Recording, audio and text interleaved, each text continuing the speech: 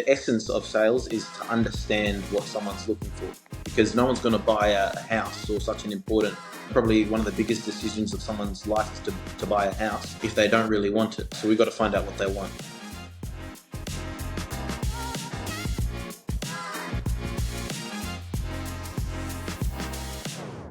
So today we have Michael from Australian Property Alliance. Thanks for joining me today, Michael. I'd love to hear a bit about your background and what led you into property development sales. Yeah, thanks very much, Emma. So in terms of our business, I'm a project sales cadet. That's my role. So what I do, I just help assist people who are looking either to buy their first home, investment property, quite a few different pools of people to get into sort of their own house and land.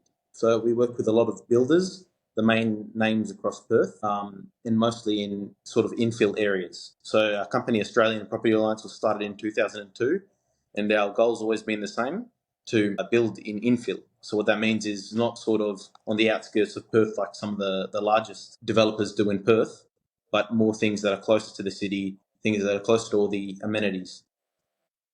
Very nice. And how long have you been in the industry for? Our company has a much broader amount of experience, 23 years this year. Since 2002, they've been in the game and they've become the largest medium density developer.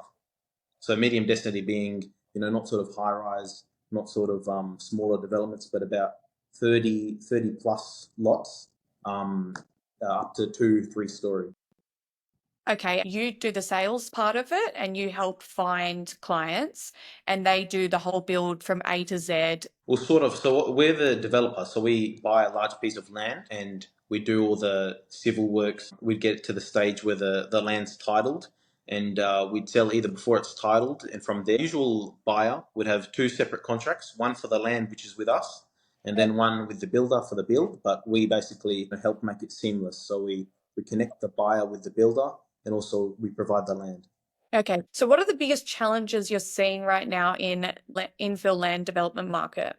Well, in infill, it's always easier to sell if you go into the country on the outskirts, 40 minutes plus away from the city. However, probably the biggest challenge would be that people are afraid to build. So, of course, we're the developer, not the builder, but we'd still be relying on people who are often reluctant to build.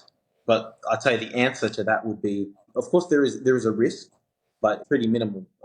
You're always backed by the government, backed by insurance, and also you'd have the financial benefit. So you see right now, often established houses are marked up by 10, 15 to 20% in Perth at the moment, just because people don't want to build. And you end up with an older home that's worth less.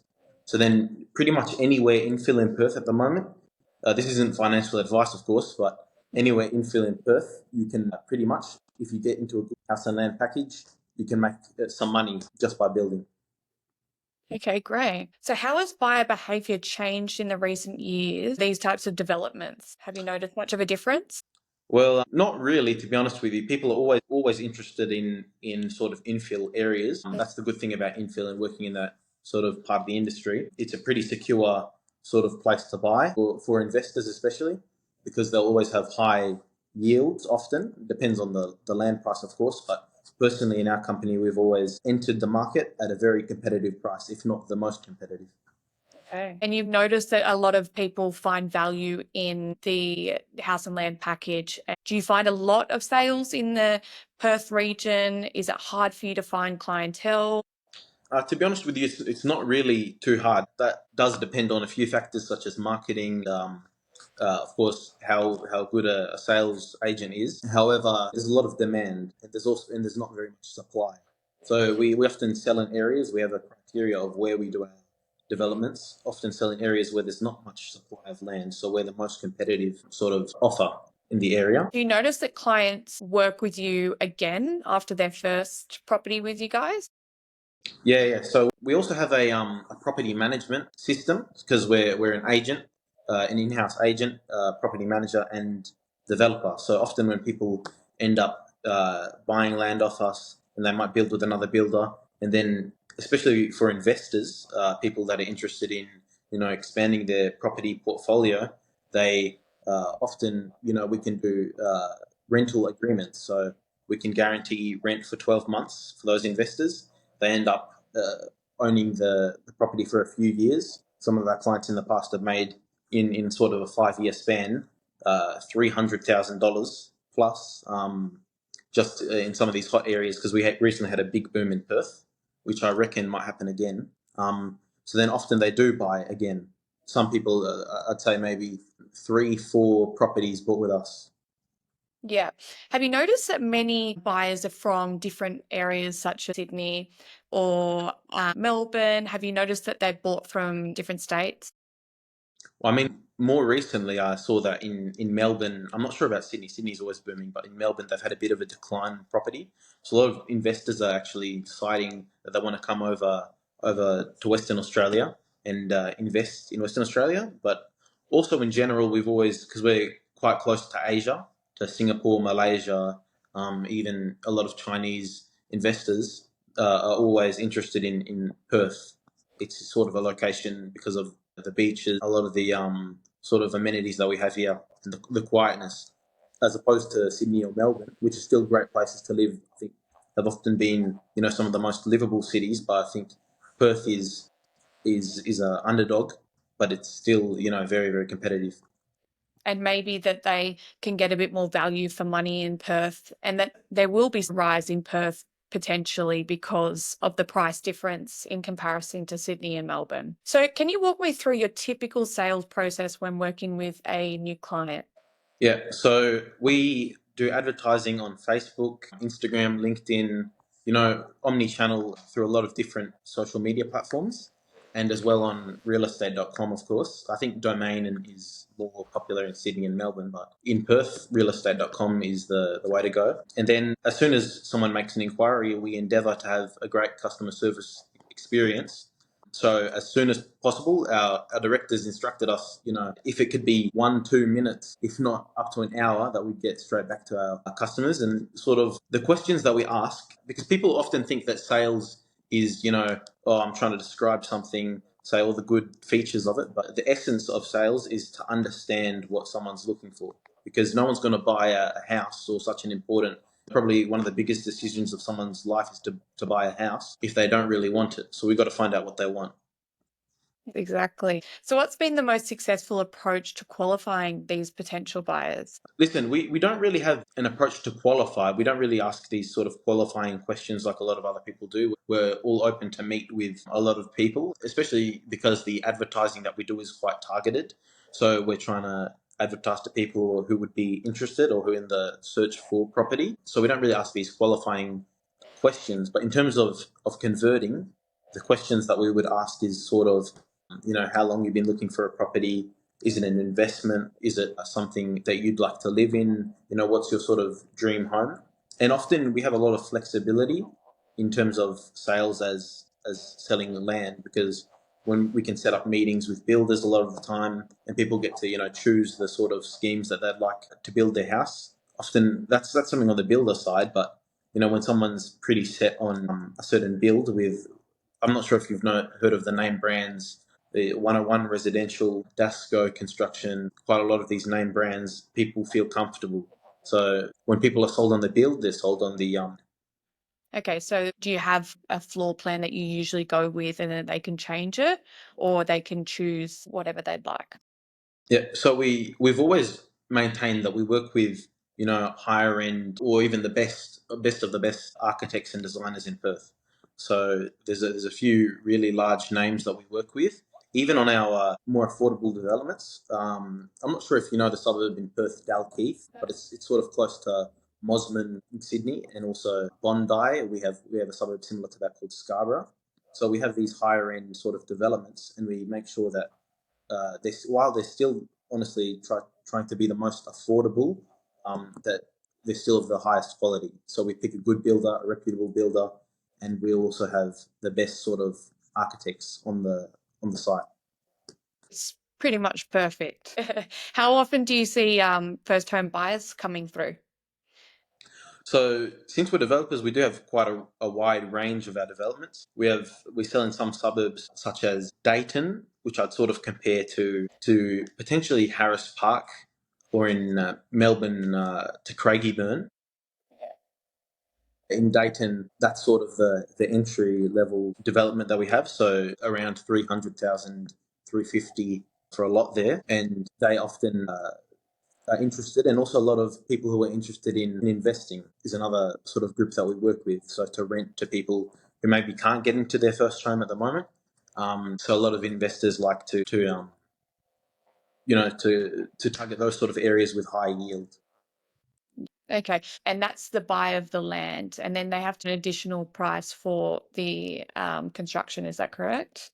Yeah, that's correct. So as the developer, we provide a way for our clients to settle on the land component. We're only involved with the land component, but we do set up the sort of relationship to make it seamless for them to go ahead and build. So the benefit of that, of course, is that, stamp duty is quite high. So what we do is that by settling on the land first and then leaving the customer to go and build, they only pay stamp duty on the land. So it's great for investors and also people, trying to make money and first-time buyers. So what types of deals tend to close fastest in your experience? Closing fast isn't the sort of priority, but it does happen, especially in those areas which are, there's very high demand but low supply. Like we have one in Wilson. As soon as they got titled, we've had maybe 200 inquiries come in the matter of a week or two. Wilson, it's quite close to Curtin University, so especially investors, those tend to go the fastest. Okay. And so how do you handle negotiations around price and terms? Do you have a set contract or everything's up to discretion? We have an asking price on all of our developments, and we're happy to present any offer within reason to our management team. If it's approved by them, that's not in our hands really. So we're basically in between the development team and also the buyer. So we advocate for the buyer to get them the best price, and we present these sort of offers to the director for their approval. Okay, so they can negotiate price on land. Yeah, that's right, on the land component. Also, in terms of the build, that's up to their discretion with the builder. And so, for instance, with Willison, that would be an area that you probably wouldn't negotiate because there's so many people that want to buy in that area. So you'd be pretty firm on your prices, would you? Yeah, that's correct. Because we often people ask me, "Oh, is that price fixed or can it change a bit?" To be honest with you, it wouldn't really be worth it for us to move on that price. Of course, so we're trying to make something, because it is honestly a very competitive price. Always our developments are very competitive prices. So it does depend on the development and how much urgency there is. So a lot of the times in infill, as opposed to sort of, what's the opposite of infill? Outfill, I call it. You see that, especially in Perth and Sydney and Melbourne in the past, there's not much room. So where do you see the biggest opportunities in this market over the next few years? Well, at the moment, people always ask, when's the best time to buy? They think that there's going to be a better time to buy necessarily, which turns out, like over the past 20 years or so, that hasn't really been the case. It's always steadily gone up. So the best sort of opportunities is the second best time was to buy was 10 years ago, but the best time to buy is right now. So of course, with the election happening, there's been a lot of election promises, specifically in terms of investment into WA, because we do have quite a strong economy here. It's always very strong. Even throughout COVID, I think we survived sort of the best, I'd say, out of all the other states, and we had great leadership from Mark McGowan, former premier. So I'd say that anywhere where there's going to be a lot of investment from the government, anywhere that's infill. Again, I keep using that word, infill. Infill is sort of the key, and that's where we specialise. So would you say that holding land is more beneficial for the client? For instance, let's just say that they find you, Michael, you sell them on a piece of land. They go ahead with the development and then your team can place a tenant in the property for them. Would you say that that's the best method and then they continue to buy another one potentially afterwards and hold the first property if they can? It really does depend on the individual's, certain situation. A lot of our investors, they try to acquire as many different properties as possible, just because of the fact that leverage is very important in property. I've seen there's a few figures on social media at the moment who in their 20s, early 30s, and they're acquiring 30 plus properties. It's crazy. And a lot of these guys, they do invest in WA and Adelaide as well. So not necessarily holding a property would be the best in every single scenario, but obviously, there's always a right time to sell. So when would you say that the right time to sell is? Would you say when interest rates are low? I mean, I've heard, Tom Parnos always talk about interest rates, and he says they're not very important. People make it out to be more than what it is. Always, property's a long game. It's not something that's very short. So I can't give you any specific advice of when to sell. It will just depend on a person's own situation. People often refinance properties. They get them valued by the bank and then use the equity in those properties to get a loan on another property, expand their portfolio. So then that would be, exponential sort of growth in property. Very interesting. Is there anything else you want to share that you feel we haven't covered? I guess just the fact, if a lot of your listeners are from Sydney and Melbourne, that Perth isn't some sort of dystopian place. We have a lot of things going on. Not as much acai, not as much night markets, you know what I mean? But we do have great beaches, great development, great infrastructure, a lot of job opportunities, especially because we're sort of based originally in mining. We have a lot of FIFO, fly in, fly out. Perth's always sort of booming for property investment, and there's a lot of people coming over. I'm sure most of the listeners would know of a few sort of families that they're friends with that have decided to make the move over to Perth. Yes, and potentially that it is at a lower price at the moment in comparison to some of the other states, so that they can potentially get into the market, because a lot of first home buyers are still waiting for the right property in Sydney to come along. And what I agree on is that there is no right time to buy, but if you're forever waiting, you're never going to get in. So sometimes making that first step to Perth potentially to buy it, and then you could use the equity into Sydney, so I think that the Perth market will be one that definitely would boom in the coming years, even more so than it already has. Okay, so where can people learn more about your work and connect with you? So we do have a website, australianpropertyalliance.com.au. We're also available on Facebook, LinkedIn, and Instagram. Anyone can just feel free to leave a comment or send us a private DM, and we'd be happy to respond as quickly as we can. So before we wrap up, what advice would you give to someone starting in either potentially buying or the similar job that you do? Or give us an answer on both. Yeah, sure thing. So the best idea for someone that's buying is stay with your parents as long as you can, just to get enough to get your own deposit. Then once you've got the deposit, the government's coming out, and they are currently in Perth, a lot of first home buyers grants and incentives and loans, so you can get in with quite a low deposit. I think they were mentioning in the election promises even down to 2%. So then I'd advise, as long as you can maintain that, do everything you can to get into your first property, put down that deposit in a sort of area that is infill. And especially for first time buyers, you don't really have an option other than building, especially if you want to make money and get into that sort of property investment scene.